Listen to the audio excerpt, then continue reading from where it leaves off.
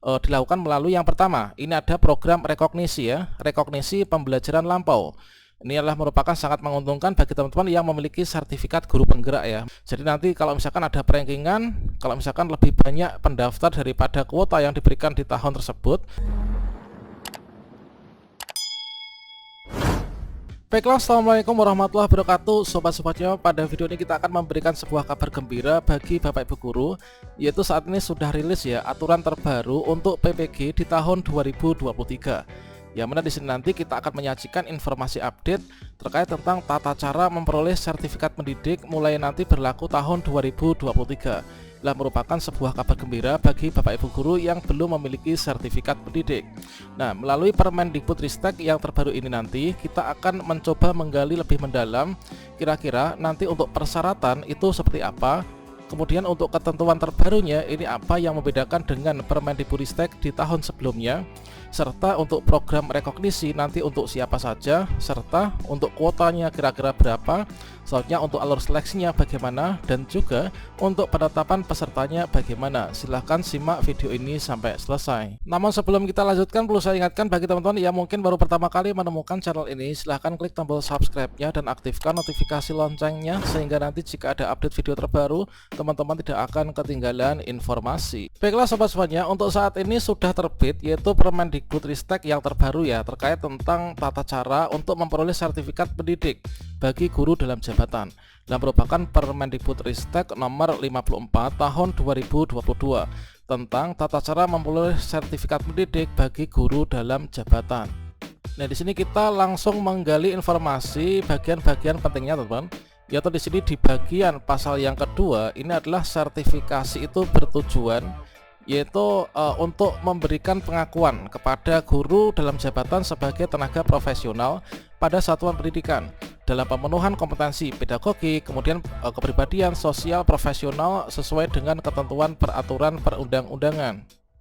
Selanjutnya di sini kita cek pada bagian pasal yang ketiga, untuk sertifikasi pendidik bagi guru dalam jabatan itulah dilaksanakan melalui program PPG dalam jabatan. Nah, selanjutnya di sini guru dalam jabatan sebagaimana dimaksud tersebut merupakan guru dalam jabatan yang diangkat sampai dengan tahun 2025, teman-teman. Jadi bagi teman-teman yang nanti diangkat sampai dengan tahun 2025 nanti mengacu pada Permendikbudristek yang terbaru ini. Nah, selanjutnya yang dimaksud dalam guru dalam jabatan yang diangkat sampai dengan tahun 2025, maka di sini terdiri dari yang pertama, teman-teman. Yang pertama adalah guru yang telah memiliki sertifikat pendidikan guru penggerak. Nah, bagi teman-teman yang telah memiliki sertifikat guru penggerak, kemudian yang kedua, guru yang telah mengikuti pendidikan dan pelatihan profesi guru namun belum lulus ujian tulis nasional atau uji kompetensi pada akhir pendidikan dan juga latihan profesi guru. Kemudian guru yang belum memiliki sertifikat pendidik yang tidak termasuk guru sebagaimana dimaksud dalam huruf A dan juga huruf B. Jadi nanti yang menjadi sasaran untuk PPG dalam jabatan di tahun mendatang nanti adalah teman-teman yang sudah memiliki sertifikat guru penggerak. Jadi nantilah sebagai wujud rekognisi ya, teman-teman. Salah satu keuntungan teman-teman yang memiliki sertifikat guru penggerak. Nah, selanjutnya guru yang telah mengikuti pendidikan sebelumnya namun belum lulus entah itu UTN, UP ataupun juga UKIN. Kemudian juga dari Bapak Ibu guru dalam jabatan yang tidak termasuk dalam kategori A dan juga B.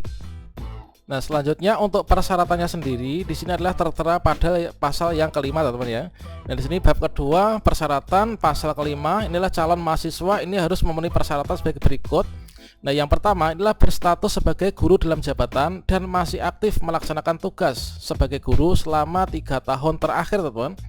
Nah, selanjutnya tentunya bagi teman-teman yang masa kerjanya sampai dengan 2019 kemarin sudah terakomodir ya, sudah terakomodir untuk PPG dalam jabatan pada bagian tahap yang kedua.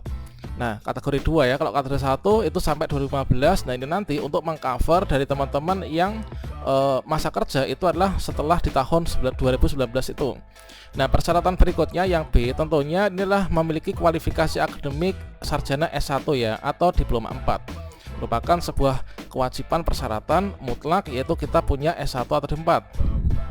Kemudian persyaratan mutlak yang tidak bisa digugat sama halnya dengan di tahun-tahun sebelumnya. Ini adalah untuk calon peserta PPG dalam jabatan nantinya ini adalah memiliki nomor unik pendidik dan juga tenaga pendidikan ya.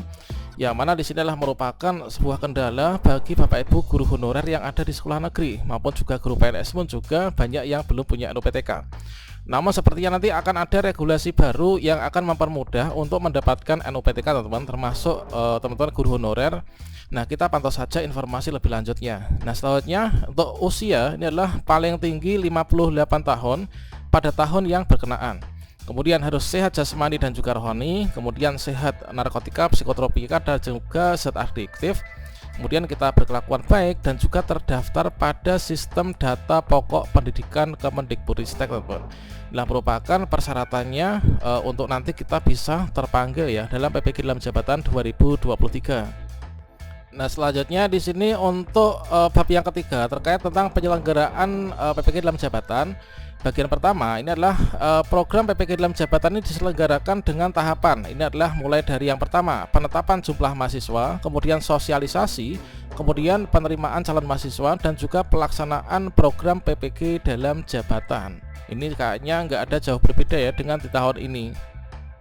Nah, selanjutnya di sini terkait tentang penetapan jumlah mahasiswa, teman-teman. Nah, penetapan jumlah mahasiswa ini adalah nanti secara nasional ya, dilakukan oleh menteri setiap tahun.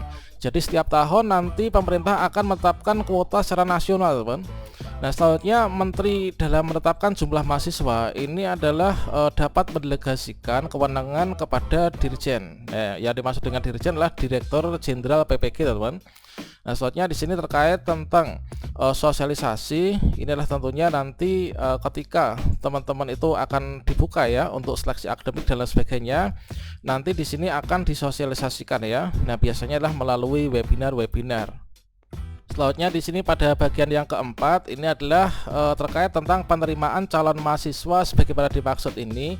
Adalah nanti tahapannya itu mulai dari pendaftaran. Tentunya nanti teman-teman ketika sudah dibuka pendaftaran akan mendapatkan undangan ya, akan mendapatkan undangan yang ada di akun SIM PKB masing-masing. Kemudian teman-teman nanti mengikuti seleksi. Nah, seleksi adalah seleksi akademik ya atau prioritas PPG. Kemudian nanti teman-teman akan diumumkan. Kalau misalkan di sini diumumkan, kemudian kita lolos, berikutnya kita akan melakukan yaitu proses lapor diri dan lain sebagainya ya.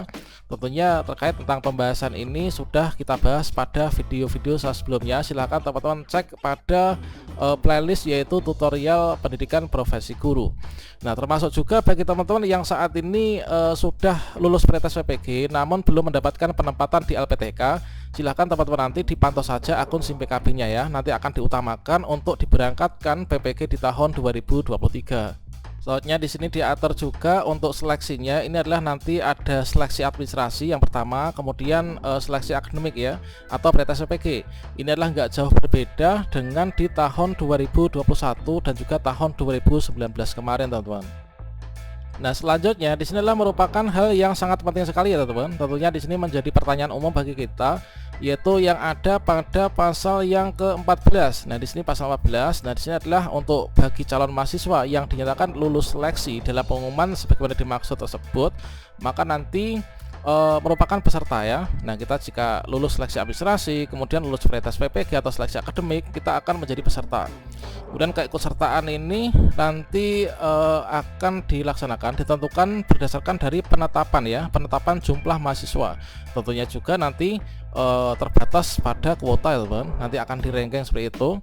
Kemudian penentuan keikutsertaan ini adalah pemanggilannya, ini ada prioritas, teman, yaitu mahasiswa sebagaimana maksud itu mempertimbangkan yang pertama ini adalah masa kerja. Jadi masa kerja yang paling lama, kemudian diurutkan lagi usia yang paling tinggi, kemudian satuan pendidikan yang berasal dari daerah khusus, dan juga perolehan nilai hasil seleksi yang paling tinggi. Jadi nanti kalau misalkan ada perankingan, kalau misalkan lebih banyak pendaftar daripada kuota yang diberikan di tahun tersebut, maka nanti perankingannya adalah seperti ini. Kemudian bagi calon mahasiswa yang telah lulus seleksi berdasarkan pertimbangan tersebut itu nanti ditetapkan sebagai calon mahasiswa PPG sehingga nanti kita bisa lapor diri ya. Nah, selanjutnya di sini ada hal yang menarik yaitu terkait tentang pelaksanaan program PPG dalam jabatan. Nah, maka di sini nanti tetap seperti biasa, yaitu dilakukan di LPTK ya, atau perguruan tinggi yang ditunjuk oleh Kemdikbudristek. Nah, selanjutnya di sini nanti ada 36 SKS, kemudian pemenuhan beban belajar itu nanti dilakukan melalui yang pertama. Ini ada program rekognisi ya, rekognisi pembelajaran lampau. Ini adalah merupakan sangat menguntungkan bagi teman-teman yang memiliki sertifikat guru penggerak ya. Makanya bagi teman-teman yang belum mendaftar, silahkan segera saja mendaftar di guru penggerak, teman-teman. Nah, kemudian pembelajaran program studi pendidikan profesi guru. Ini adalah untuk yang reguler ya. Ini adalah untuk yang rekognisi, ini adalah untuk yang reguler. Kemudian terkait tentang penjabaran dari rekognisi itu diatur dalam pasal 16, yaitu rekognisi pembelajaran lampau itu adalah merupakan bagi teman-teman yang sudah memiliki sertifikat pendidikan guru penggerak sebagaimana dimaksud, teman-teman. Kemudian dan juga bagi teman-teman yang telah mengikuti pendidikan latihan profesi guru sebagaimana dimaksud. Teman-teman yang sudah ikut pendidikan PPG, baik itu PLPG maupun PPG dalam jabatan tahun sebelumnya, maka teman-teman mendapatkan rekognisi. Artinya tinggal mengikuti ujian akhir ya. Kemudian untuk teman-teman yang punya sertifikat guru penggerak, maka nanti teman-teman itu untuk seleksi untuk nanti pembelajarannya seperti yang sudah saya jelaskan pada video sebelumnya.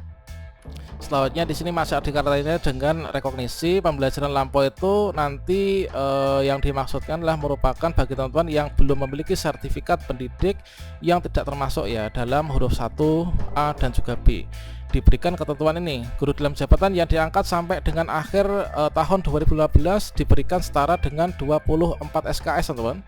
Jadi inilah nanti sepertinya akan ada pengkategorian ya, yaitu kategori 1 dan juga kategori 2. Kategori 1 itu adalah untuk teman-teman yang diangkat sampai ini, kemudian nanti sampai 2015 nanti hanya 24 SKS.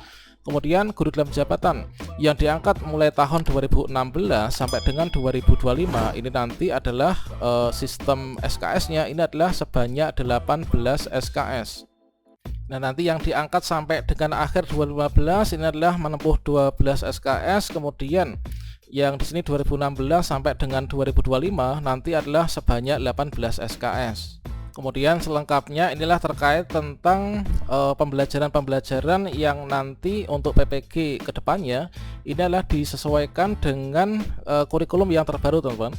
Nah, demikian semoga bermanfaat untuk kita semuanya. Saya doakan semoga teman-teman nanti bisa ikut PPG semua ya di tahun 2023 bagi teman-teman yang belum terpanggil maupun juga belum lulus seleksi akademik di tahun 2022 ini. Demikian semoga bermanfaat. Wassalamualaikum warahmatullahi wabarakatuh.